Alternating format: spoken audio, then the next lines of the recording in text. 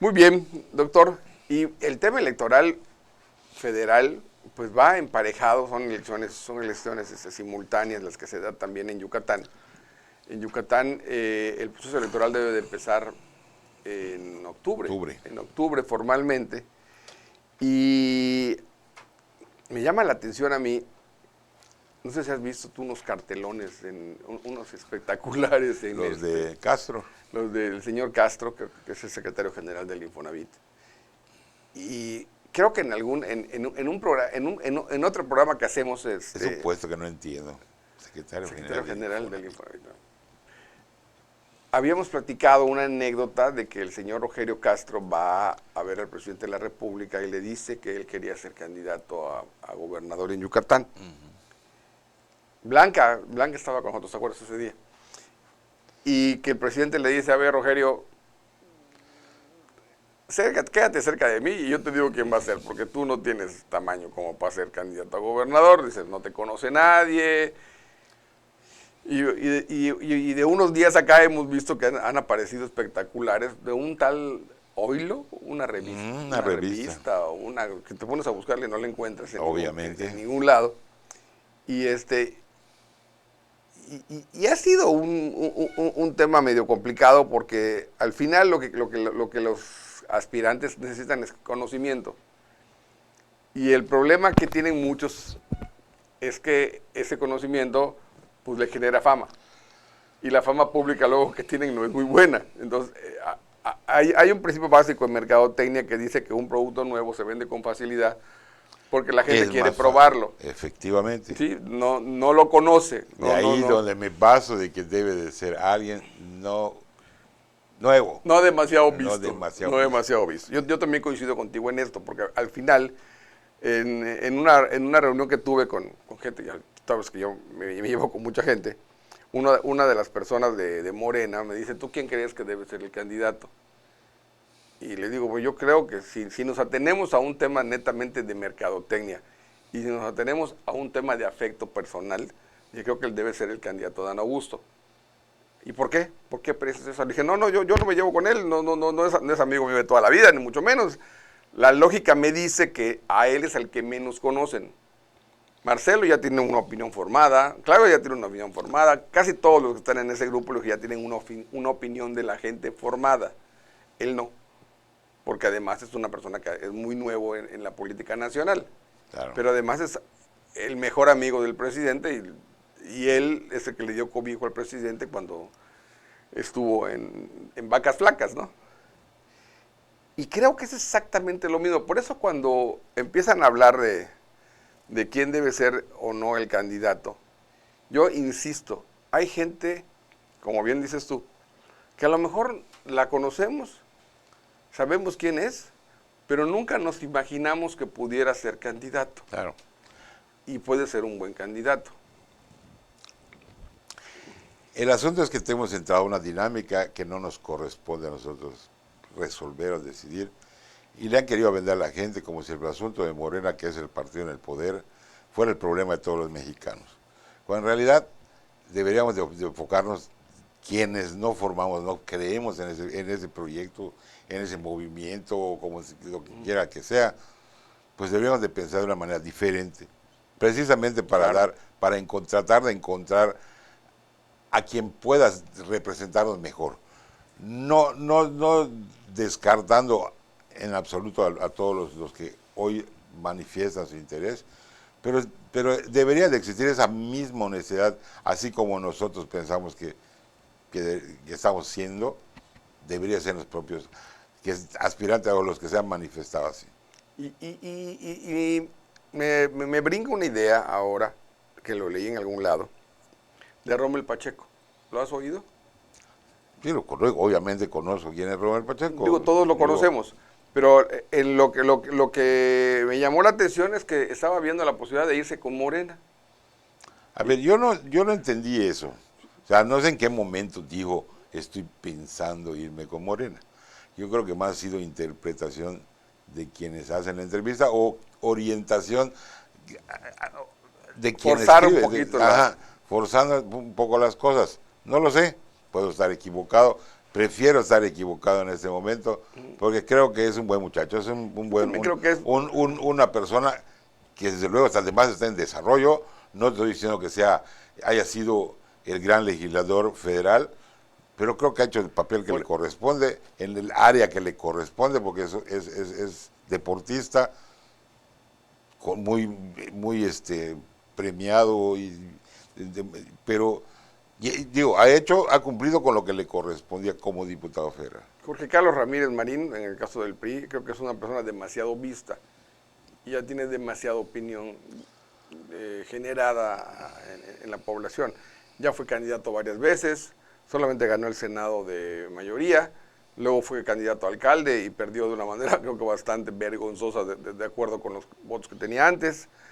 Pero aquí lo que me gustaría a mí es que la gente entendiese, por ejemplo, el caso del Estado de México. El Estado de México fue una elección en la que nada más fue elección de gobernador. Ese es lo que donde también pierden. Los analistas no han dicho, todos los nacionales han enfocado a una pérdida cuando en realidad, y lo han enfocado de una manera distinta o sin considerar ese detalle que es importantísimo. No hubo elección ni de alcaldes ni de diputados locales. No hubo quien despertara, como lo comentamos en otro y es momento. Muy diferente cuando tú no te equivocas en los candidatos, porque esos candidatos de alguna manera generan pasión en sus localidades. Platiquemos el caso, por ejemplo, del 18 con el del PRI. El PRI, ¿qué pasaba en el PRI? Había tanta efervescencia en el PRI y había tanta intención de participar en los municipios que el PRI, para no pelearse con nadie, decidió que a todos los iba a agarrar. Y a uno los hizo con alianza con el Verde, a otros los mandó por encuentro social, a otros los mandó por no sé rollo. Y al final, el candidato del PRI, pues se quedó solo. Porque tuvo que hacer campaña contra todas las otras campañas y eso pulverizó el voto. Obvio. De alguna manera. Que eso en la elección del Estado de México yo creo que hubiera sido distinta si hubiese competido alcaldías y diputados locales.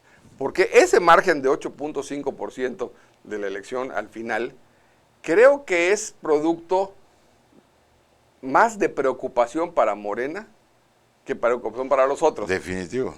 El PAN tiene que preocuparse porque sí vio mermada su votación. El PRD prácticamente está desaparecido. No supo convencer a su propia militancia, porque al final de cuentas, dígase como se diga, he estado leyendo mucho a mis compañeros, digo, pero al final de cuentas no salieron a votar. Ese es el tema. Y el no salir a votar es avalar de alguna, que desde luego puede interpretarse como una queja contra la dirigencia nacional. Pero la abstención es una verificación. Pero al final de cuentas, el resultado es que van a tener un gobierno que no sé si es el que deseaban que ocurriera. Al final lo vean menos malo, pero lo dudo. Porque definitivamente si algo tienen, en este caso los azules, es que sí tienen identificado en ese momento que el malo real es de Morena. Y los priistas que perdieron el poder creen que lo pueden recuperar yéndose a Morena. Eso es lo que creen. Esa es la otra parte. Yo creo que como país estamos en un momento de inflexión. Tenemos que tener más claro lo que queremos y sobre todo tenemos que ser muy inteligentes a la hora de definir las cosas. Porque, mire, yo creo que una elección inteligente de los ciudadanos siempre será aquella que se base en resultados. Siempre. Si usted se basa en resultados, yo creo que no debe de haber este error. Le voy a contar un caso, por ejemplo, que me pareció muy llamativo. Hace, pues ya casi 12 años, cuando viene, hace 6 años, cuando viene el relevo de Pepe Calzada, mucha gente decía que Pepe Calzada le había cambiado la cara a Querétaro, tú recordarás. Ajá. Y hablaban de que Pepe Calzada había sido un extraordinario gobernador del PRI en Querétaro y que veían muy poco probable que hubiese alternancia o cambio de gobierno en Querétaro. Al final, Pepe Calzada perdió y ganó el PAN. Y no es porque haya hecho una mala gestión, porque al final se conjugan varios factores. Los buenos gobiernos no necesariamente dan votos. Los votos los da el candidato. Pero si a ese candidato viene arropado con buenos resultados, se conjuga una serie de factores que son mucho más definitivamente positivas para la campaña. Pero si tú tienes a un muy buen gobernador, un buen gobernador que ha tenido, y tienes un mal candidato, un candidato que no vende nada. Sí, así es. Veamos el caso de Coahuila, para regresarnos a la misma época del Estado de México. En Coahuila se inauguraron los fraudes en el Congreso. En Coahuila se inauguraron los fraudes a la Secretaría de Hacienda. En Coahuila se inauguraron 20,000 trapacerías en la época de los hermanos Moreira. Sin embargo, vea usted lo que pasó hoy. La mala fama de los hermanos Moreira tuvo el atino, el gobernador, de...